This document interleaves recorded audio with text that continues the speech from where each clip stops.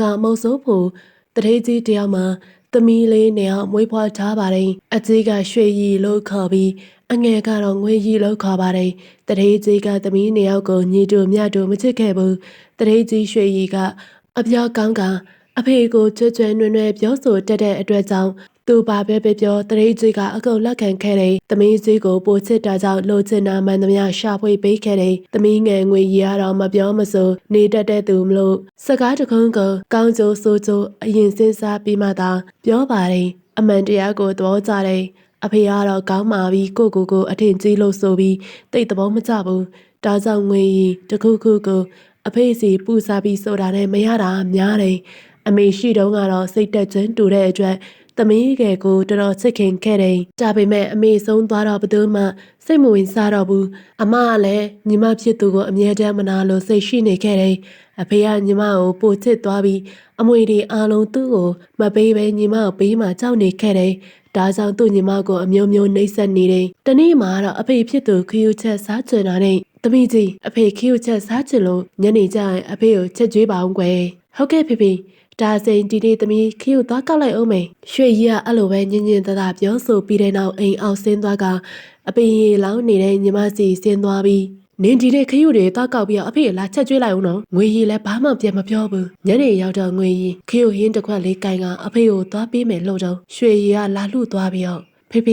ခယူပူပူနေနေချက်လေးရပါပြီသမီးကိုယ်တိုင်လက်နဲ့ကောက်ခဲ့တာနော်ကြပြင်ငွေရအိမ်အလုပ်ဘာမှမကူပဲ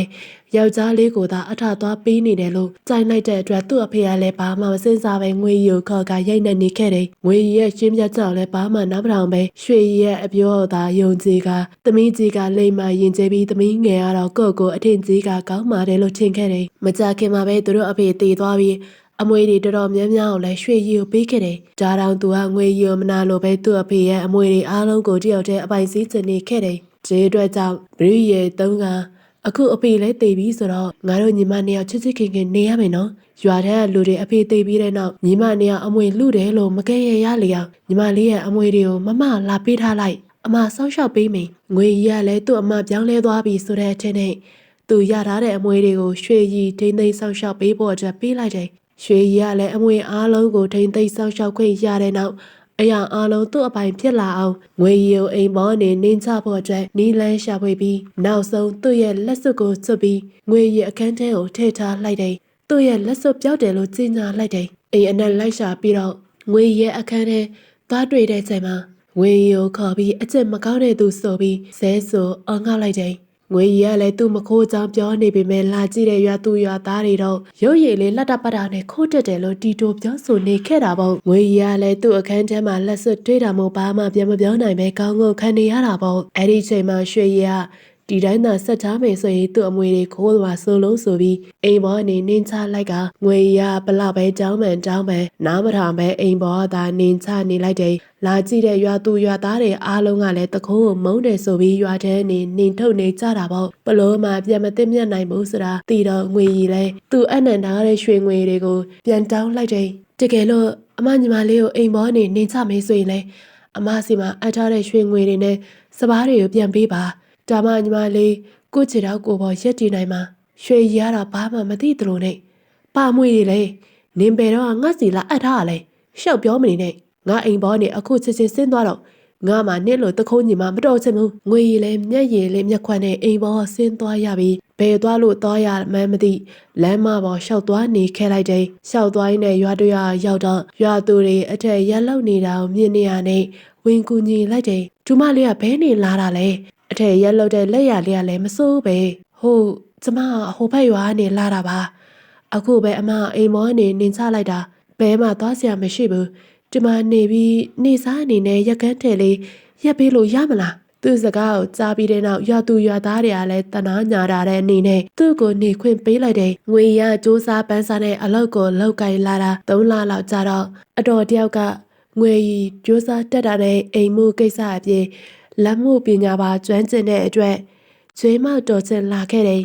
ဒီလုံးနဲ့ငွေရီလဲအဲ့အတော်ရဲ့သားနဲ့အိမ်တော်ပြုတ်ကနေရောက်သားဘဝကိုရုန်းကန်ရှာဖွေစားတော့လာခဲ့ကြတယ်ဒီနေ့မှာတော့သူတို့ရွာမှာလေကြီးမိုးကြီးတန်ကိုခံခဲ့ရကဘေးဒုက္ခရောက်ခဲ့ရတာပေါ့ဘာမှစိုက်ပျိုးလို့မရတာကြောင့်လေကြီးမိုးကြီးတိတ်သွားတဲ့အချိန်မှာလည်းအရာရာကကုံစိမ်းနှုံးတွေကြီးမြင့်ကုန်ပြီးရှာဖွေစုဆောင်းထားတဲ့အစာရေစာတွေအားလုံးကုန်သွားတော့လင်မယားနှစ်ယောက်တိုင်ပင်ကြတာပေါ့ဘလို့လောက်ကြမလဲမိမရွာလူတွေအားလုံးကလည်းဘေးဒုက္ခရောက်နေကြတာဆိုတော့ဘသူမှငါတို့မကူညီနိုင်ဘူးထင်နေဘလို့လုံးမလဲယောက်ျားရဲ့ဟိုဘက်ရွာအမစီအကူညီသားတောင်ရတော့မှာပေါ့ငွေရီအဲ့လိုပြောပြီးသူ့အမအိမ်ကိုရောက်တော့ယောက်ျားဖြစ်သူနဲ့မိတ်ဆက်ပေးလိုက်တယ်ရွှေရီအဲ့လိုမြင်တော့မင်းတို့ငါ့ကိုလာရှာတာဘာကိစ္စရှိလို့လဲငွေရီကလည်းကောင်းငုံကအမစီကအကူညီလေးနည်းနည်းတောင်းချင်လို့ပါရွှေရီကတော့စိတ်မဝင်စားတဲ့လေးတဲ့နဲ့ငါမှနေတော့ဘာမှပိတ်စရာမရှိဘူးငွေရီမျက်နှာငယ်လေးနဲ့အမသာမကူညီညီမလေးတေးရတော့မှအမှန်ပဲအခုရေကြီးတဲ့တန်းကိုခံရပြီးဘာမှစားစရာမရှိတော့ဘူးရွာသူရွာသားတွေအားလုံးကလည်းကပ်ပြီးဒုက္ခရောက်နေတာမို့ပါမဟုတ်ရင်ကျမလည်းအမကိုလာမနှောက်ယှက်ပါဘူးရွာသားတွေတော့မရှိတာငါဘယ်လိုလုပ်ရှိမှာလဲငွေရလည်းခက်ခက်ရရနဲ့ထက်မှန်ပြောဆိုပြန်တယ်အမရွှေရဲ့ညီမလေးကိုဒီတစ်ခါလေးပဲကူညီပါနောက်ဘယ်တော့မှအမကိုထက်လာမနှောက်ယှက်တော့ပါဘူးအိုးမရှိပါဘူးဆိုနေငါနေ့ကိုပေးလိုက်ငါဘာနဲ့စားရမှာလဲငွေရတနာကမားတဲ့ရုပ်နဲ့အမဖြစ်သူကိုမော့ကြည့်နေခဲ့ကဘေးနားမီးဖိုချောင်းကိုလှည့်ကြည့်ပြန်တော့လဲစပားအိတ်တွေနဲ့ပြည့်နေခဲ့တာပေါ့အာဇန်အိတ်တွေမလားမမညီမလေးကိုတအိတ်လောက်ပေးစားပါလားမရဲ့ဟုတ်တယ်ဇန်အိတ်တွေတော့ဟုတ်တယ်ရောင်းဖို့ပဲရှိတာအလကားပေးဖို့မရှိဘူးခအဲ့လိုကြားလိုက်ရတဲ့ချိန်မှာသူ့အမကသူ့ပေါ်ဒီလောက်ပြစ်ပြစ်ခါခါပြစ်နေရင်အကူညီလာမတောင်းသင့်ဘူးနောက်လဲဘတော်မှမလာတော့ဘူးလို့အတိတ်တန်ချလိုက်ကလင်မယားနှစ်ယောက်အိမ်ပြန်လာခဲ့လိုက်တယ်အိမ်ပြန်ရောက်တော့လင်မယားနှစ်ယောက်မနေ့ကလေးကဘာမှမစားရတာမို့ဘလို့လှုပ်ရမှန်းမသိတိုင်ပြနေခဲ့ကြတယ်အဲ့ဒီချိန်မှာယောက်ျားဖြစ်သွားလေမိမ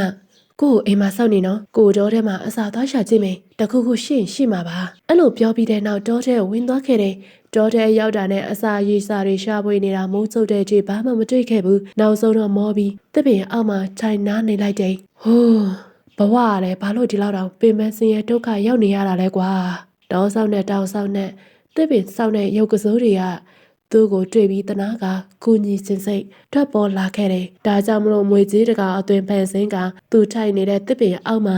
လာခွေနေလိုက်တယ်။ကောင်လေးအဲ့လိုတွေ့တော့ပထမအဆုံးမှာထိတ်လန့်သွားခဲ့ပေမဲ့ဘာမှမစားရရင်တေးမှာဒါကြောင့်ဒီတစ်ခါလောက်တော့မွေသားစားကြည့်ဖို့ဆုံးဖြတ်လိုက်တယ်။အဲ့နောက်မွေကြီးကိုထိုင်ရှိခိုးပြီးသားတော်အစာရေးစာငတ်မွတ်လာတာကြပြီမို့တနာတော်မူပါရံမပူပဲနဲ့မွေသားစားခွင့်ပြုပါလို့ခွင့်တောင်းကငွေရဲ့အမီးကိုမြန်မြန်ခုတ်ယူပြီးအိမ်ပြန်ပြေးလာခဲ့တယ်။အိမ်ရောက်တော့ငွေရီကိုမြန်မြန်သားပြုတ်ခိုင်းလိုက်တယ်။ငွေရလည်းဒါဘာသားလဲယောက်ျားရဲ့မင်းမနေပါနဲ့တော့မိမရဲ့မြန်မြန်သားပြုတ်ယောက်ျားပိုက်စာလုံးတော့တေတော့မယ်။ယောက်ျားဖြစ်သူကလည်းမောမောပန်းပန်းဆာလာမှုတဲ့ထိုင်ပြီးစောင့်နေလိုက်တယ်။သူစောင့်နေတုံးမှာပဲငွေရီတယောက်ထိတ်လန့်တစားအော်ဟစ်တန်ကိုကြားလိုက်ရတာကြောင့်သူလည်းငွေရီစီကိုမြန်မြန်ပြေးသွားလိုက်တယ်။ယောက်ျားဒီမှာလာကြည့်ပါအောင်လန့်သွားပဲမိမရဲ့ဘာဖြစ်တာလဲကြည့်မနေတော့ပါဘူးကွာကြက်ပြီးစိန်လဲတီယိုတာယူလာခဲ့တော့ဘလို့လောက်စားမှလဲကိုရဲ့ဒီမှာလာကြည့်ပါအောင်ကျမဘာမှတော့မပြောတတ်တော့ဘူးငွေရအလန့်တကြားနဲ့အော်ဟစ်နေတာကြောင့်ယောက်ျားဖြစ်သူကလည်းမနေနိုင်ပဲနဲ့မွေမီးပြုတ်ထားတဲ့အိုးထဲကိုလန့်ကြည့်လိုက်တယ်ရွှေဟမ်ဒါနှက်ကောင်းနှက်မြက်တွေကကိုတို့ကိုညီမဆလိုက်တာပဲမိမရဲ့ပြောဆိုနဲ့ယောက်ျားဖြစ်သူက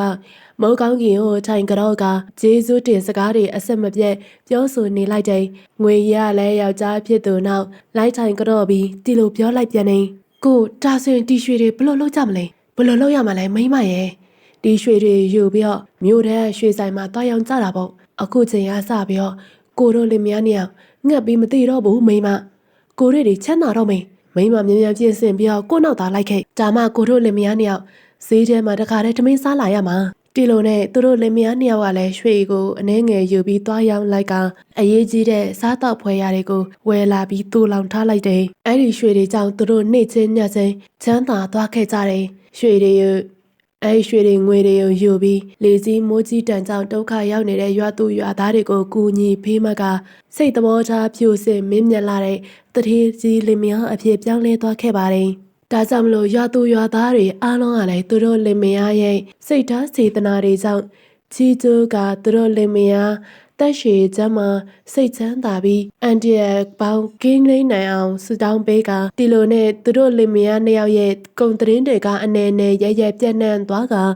အမဖြစ်သူရွှေရီရဲ့နားထဲကိုရောက်သွားတဲ့ချိန်ထိပါပဲရွှေရီတယောက်အဲ့သတင်းကြားလိုက်ရတဲ့ချိန်မှာနောက်နေ့မှာပဲငွေရီတို့အိမ်ကိုရောက်လာခဲ့တယ်ညီမဖြစ်သူကိုလာလေတာလှလှပါလှလှနဲ့ပေါ့အမှန်တကယ်တော့သူများတွေပြောသလိုသူ့ရဲ့ညီမတကယ်ပဲချမ်းသာတာလားချက်ချင်းလက်ငင်းဘာလို့ချမ်းသာလာလဲဆိုတာသိချင်လို့ပါဘာလို့လဲဆိုရင်ပြီးခဲ့တဲ့တရက်နှစ်ရက်ပဲသူ့စီမှာအကူအညီလာတောင်းထားတာလေအိမ်ကိုရောက်လာတဲ့ချိန်မှာတော့ရွှေရီတယောက်ကောင်းတာတွေရောစိုးတာတွေပါမေးမြန်းပြီးအိမ်ထဲကရှိတဲ့ပစ္စည်းမှန်သမျှကိုဟိုကြည့်တီနေခဲ့လိုက်တယ်အိမ်ထဲမှာရှိတဲ့ပစ္စည်းတွေအားလုံးကလည်းအကောင်းစားတွေပဲမို့လို့သူ့ညီမတကယ်ချမ်းသာသွားတယ်ဆိုတာကိုယုံကြည်သွားခဲ့တယ်ဒါကြောင့်မလို့ငွေရီကိုဒီလိုမေးလိုက်တယ်ညီမလေးတို့ဘလို့လုပ်ပြီးတော့ဒီလောက်တောင်ချမ်းသာသွားရတာလဲညီမလေးရဲ့ငွေရီကလည်းဖြစ်ပျက်ခဲ့တဲ့အရာမှန်သမျှအားလုံးရှင်းပြပေးတဲ့နောက်ရွှေရီတယောက်အိမ်ကိုမြန်ပြန်သွားကလောဘစိတ်တက်လာတာနဲ့တမြောင်တစ်ချောင်းကိုယူကာညီမဖြစ်သူတဲ့ချမ်းသာကြွယ်ဝခြင်းတဲ့စိတ်ကြောင့်တောထဲကိုမြန်ဝင်သွားကတောထဲရောက်တဲ့ချိန်မှာတော့မွေဟောက်ကြီးတကောင်သူ့ရှေ့ကနေပြတ်သွားတာကိုမြင်လိုက်တဲ့ချိန်မှာတမြောင်ထုတ်ကမွေဟောက်ကြီးရဲ့အမီးကိုချက်ချင်းခုတ်လိုက်တယ်ဒါပေမဲ့တီမွေကတောထဲမှာအရန်ကိုရိုင်းဆိုင်နေတဲ့မွေဟောက်ကြီးတကောင်ဖြစ်နေခဲ့တာပါနှက်ကောင်းနှမျက်တွေဖန်ဆင်းလာတဲ့မွေမဟုတ်တာကြောင့်သူတိုက်ခိုက်ခံလိုက်ရတဲ့ချိန်မှာဒေါသထွက်ပြီးရွှေရီကိုချက်ချင်းပြန်တိုက်ခိုက်ကတကိုယ်လုံးကိုရစ်ပတ်လိုက်တဲ့အတွက်ရွှေရီတယောက်ပွဲချင်းပြီးတည်ဆုံးသွားခဲ့ရပါတယ်မနေ့ရောက်လို့ရွာသူရွာသားတွေတောကျဲဝင်လာပြီးဟင်းသီးဟင်းရွက်တွေလာရှာဖွေတဲ့ချိန်မှာမှရွှေရီရဲ့ရုပ်အလောင်းကိုလာတွေ့သွားခဲ့တယ်ဒီလိုနဲ့ငွေရီကိုတရင်မြန်သွားပြောလိုက်တော့ငွေရီတို့လင်မယားနှစ်ယောက်ကလည်းတောထဲကိုလိုက်လာခဲ့တယ်တောထဲလိုက်လာတဲ့ချိန်မှာတော့ရွှေရီရဲ့လက်ထဲမှာတမြောင်တစ်ချောင်းတွေ့ပြီးပေးနာမလန်းမကန်းနေတနေရာမှာလည်းမွေအမီးတစ်ချောင်းကိုတွေ့လိုက်ပါတယ်မဖြစ်သင့်ဘူးအမရဲ့အမဒီလိုလာမသိသင့်ဘူးအမှန်စင်ဟာအမအဲ့လောက်ချမ်းသာနေပြီပဲလေဘာလို့ဒီလောက်တောင်လောဘတက်နေရတာလဲအမရဲ့ဒါကြောင့်မလို့ရှေးလူကြီးတွေကပြောတာလောဘကြီးတော့အသက်ပါပြီးရတယ်ဆိုတာကြောက်ပြောတာငွေရီတို့လင်မယားနှစ်ယောက်ကလည်းအမဖြစ်သူအလောင်းကိုတဲကဇာဗနာတွေကောင်းသွားပြလွယ်ပေးလိုက်တယ်အဲ့ဒီနောက်ရွှေရီရဲ့ပစ္စည်းဥစ္စာအမွေတွေအားလုံးကလည်းညီမဖြစ်သူငွေရီတို့လင်မယားအတွက်အလိုဖြစ်လာခဲ့တယ်အဲ့ဒီနောက်ငွေရီကလည်းအမအတွက်ကောင်းမှုကုသိုလ်တွေကိုစူးစမ်းလုပ်ကိုင်ပေးရှာပါတယ်အဲ့ဒီချိန်ကစပြီးငွေရီတို့လင်မယားနှစ်ယောက်ကလည်းပျော်ပျော်ရွှင်ရွှင်နဲ့ဘဝကိုဆက်လက်လျှောက်လန်းသွားခဲ့ပါတော့တယ်